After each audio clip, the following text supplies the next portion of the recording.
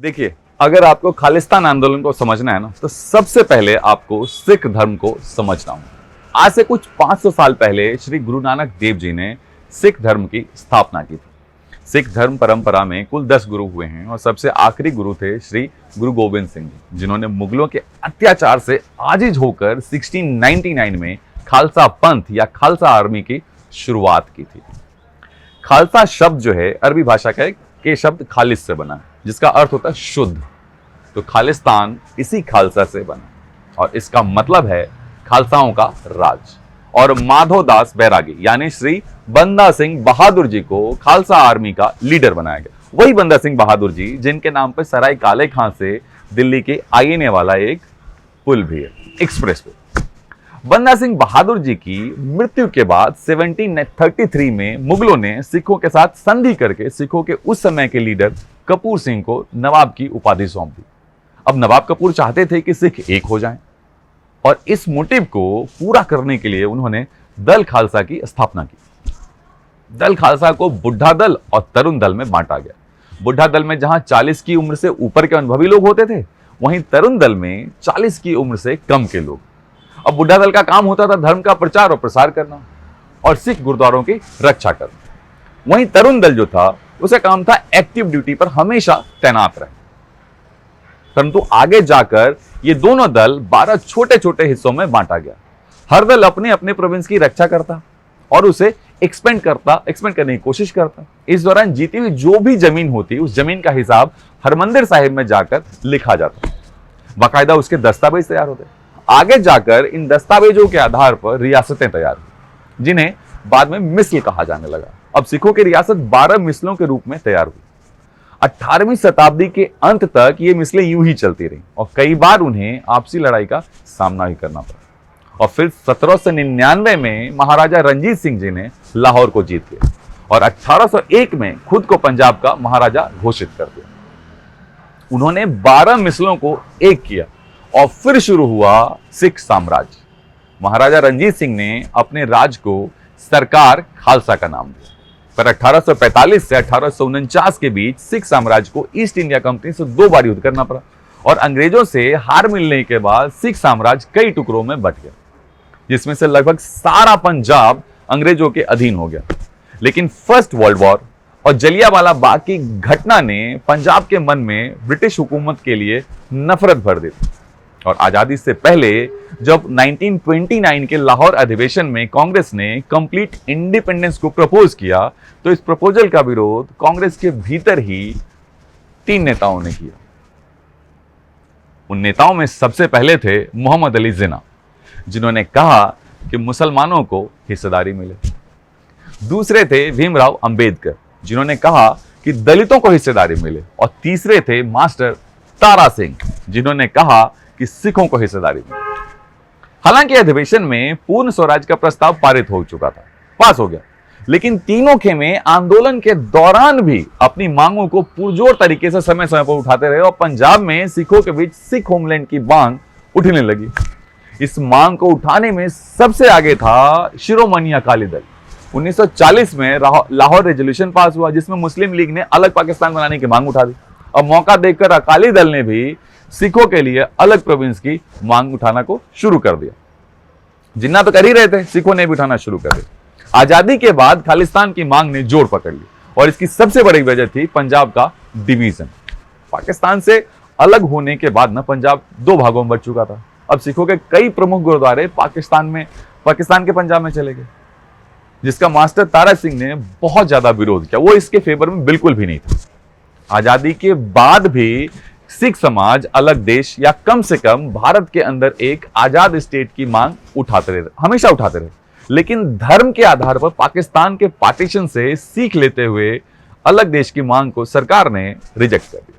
वहीं सरकार ने भाषा के आधार पर 1953 में आंध्र प्रदेश को एक अलग राज्य बना दिया और सरकार के इस फैसले को सिख समुदाय बिल्कुल पचा नहीं पाया और मास्टर तारा सिंह ने 1961 में अलग पंजाबी प्रोविंस की मांग को लेकर आमरण अनशन शुरू कर दिया।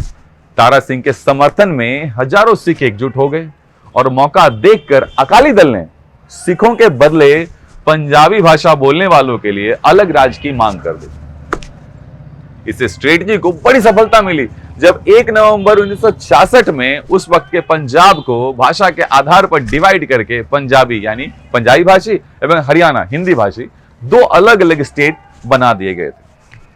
तो बात बहुत हुई भारत की, अब कुछ देर के लिए बिना वीजा के अमेरिका चलते हैं। तो बात है 13 अक्टूबर 1971 की, जहां कभी पंजाब असेंबली का डिप्टी स्पीकर रहा जगजीत सिंह चौहान ने न्यूयॉर्क टाइम्स में एक एडवर्टाइजमेंट छपवाया। इस एडवर्टाइजमेंट में खालिस्तान नामक एक नए देश की घोषणा की गई थी। तो मास्टर तारा सिंह जिस खालिस्तान की मांग को लेकर अहिंसक आंदोलन का सहारा लेते रहे ताउम्र, वही 1967 में उनकी मौत के बाद खालिस्तान का आंदोलन हिंसा में तब्दील हो चुका था, वायलेंट हो गया। और इसके पीछे सिर्फ 2 वजह थी। बांग्लादेश हारने के बाद पाकिस्तान ने भारत से बदला लेने के लिए प्रॉक्सी वार का सहारा लिया, वो अभी भी ले रहा है। उग्रवादी सिख संगठनों को पाकिस्तान की ओर से फंडिंग और हथियार की व्यवस्था की जा रही थी। पैसे और हथियार के लालच में सिख युवा आ गए, जिससे यह आंदोलन और तेज होता चला गया। ये यहीं नहीं रुका। अब इसकी दूसरी वजह है कि पंजाब बनने के बाद से ही वहां राजनीतिक उथल पुथल का दौर शुरू हो गया था। अगर हम ज्ञानी जैल सिंह को छोड़कर देखें तो कोई भी मुख्यमंत्री 5 साल का कार्यकाल अभी तक पूरा नहीं कर पाए। राजनीतिक अस्थिरता का फायदा उठाकर आंदोलन के नेता इसे वायलेंट बनाते चले गए। उन्होंने इस मौके का पूरा फायदा उठाया और इसे पूरा वायलेंट बनाया। 1977 में जगजीत सिंह चौहान भारत लौटा। यहां उसने खालिस्तान की मांग को और हवा दे दी। 1978 में वैसाखी के दिन अमृतसर में उत्सव का माहौल था। ठीक इसी दिन अमृतसर में निरंकारी पंथ के साथ अकाली दलों का विवाद हो गया।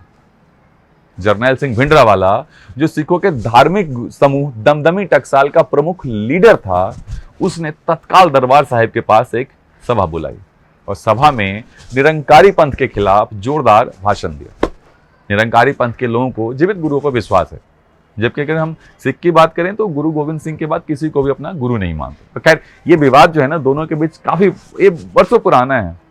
वैसाखी पर हुए इस हिंसक झड़प में 13 लोग मारे गए और यही जन्म हुआ जरनैल सिंह भिंडरावाले नाम के शख्स का।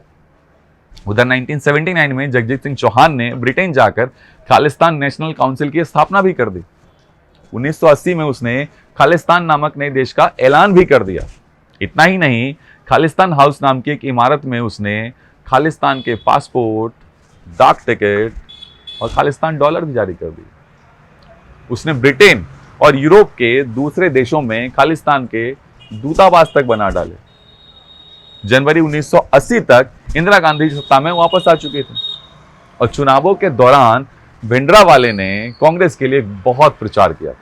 एक वक्त तो इंदिरा गांधी और भिंडरावाले ने स्टेज भी शेयर किया, पर इलेक्शन के कुछ दिन बाद ही वैसाखी के झगड़े को लेकर फैसला आया और निरंकारी संप्रदाय के प्रमुख गुरबचन सिंह इस केस में बरी हो गए। और इसके बाद पंजाब में शुरू हुआ भिंडरावाले के आतंक का दौर। भिंडरावाले के समर्थकों ने 1980 में गुरबचन सिंह की हत्या कर दी। कई जगहों पर हिंदुओं और निरंकारी समुदाय के लोग मारे जाने लगे। हिंसा का चारों तरफ हिंसा का माहौल था। पंजाब में लॉ एंड ऑर्डर पूरी तरह ध्वस्त हो चुका था। चरमपंथ के सहारे सिखों में पैठ बनाने के बाद भी भिंडरावाले ने अमृतसर के पवित्र गोल्डन टेम्पल को अपना ठिकाना बना लिया। पंजाब में खालिस्तान आंदोलन के विरोध में बोलने वाले लोगों को भिंडरावाला और उनके समर्थक मौत के घाट उतार रहे थे। 1983 में जलंधर के डीआईजी एएस अटवाल को गोल्डन टेम्पल की सीढ़ी पर गोलियों से भून दिया गया और इसके बाद इंदिरा गांधी ने ऑपरेशन ब्लू स्टार शुरू करने का आदेश दे दिया। खैर उसके बाद कहानी हम जानते हैं। इसके बाद हाईजैकिंग और हत्याओं का दौर चलता रहा। हालांकि स्टेट और सेंटर के अगर ज्वाइंट ऑपरेशन को देखें तो उन्होंने खालिस्तान आंदोलन की मांग को ऑलमोस्ट पंजाब में शांत कर दिया था और मामला स्थिर हो चुका था। देखिए, पंजाब में खालिस्तान को अलग देश बनाने की मांग नहीं है, मांग बिल्कुल नहीं है। लेकिन हालिया विवाद सितंबर 2022 के बाद तब शुरू हुआ जब अमृतपाल, जिसे भिंडरावाला 2.0 भी कहा जाता है, उसे वारिस पंजाब डे की कमान सौंप दी गई। आरोपी अमृतपाल ने सितंबर 2022 में जरनैल सिंह भिंडरावाले के गांव जाकर एक रैली का आयोजन भी किया, जिसमें उसने युवाओं से खालिस्तान के लिए लड़ने का आह्वान किया। अलग देश खालिस्तान की मांग करने वाले वारिस पंजाब दे संगठन पर पंजाब पुलिस का ऑपरेशन अभी भी जारी है। अमृतपाल पकड़ा जा चुका है। पुलिस के मुताबिक संगठन के सरगना अमृतपाल के ड्रग माफिया से संबंध, वह अलग सिख देश बनाने के लिए पाकिस्तानी खुफिया एजेंसी आईएसआई के संपर्क में भी था, जहां से अमृतपाल के संगठन को हथियार, गोला बारूद, ये सारी चीजें मिल रही थी। अगर आंकड़ों की हम बात करें ना, तो खालिस्तान आंदोलन की वजह से हजारों लोगों की जान जा चुकी है। देखिए, हालांकि मेरा मानना है कि आम सिख या पंजाबी भाषी ऐसे किसी भी आंदोलन से सरोकार नहीं रखते, क्योंकि जिस धर्म के मूल में ही ना निस्वार्थ सेवा भाव हो, वो ऐसे किसी भी आंदोलन का हिस्सा नहीं हो सकते। हालांकि ये मेरे विचार हैं। आपके जो भी विचार हैं आप मुझे बताइएगा जरूर।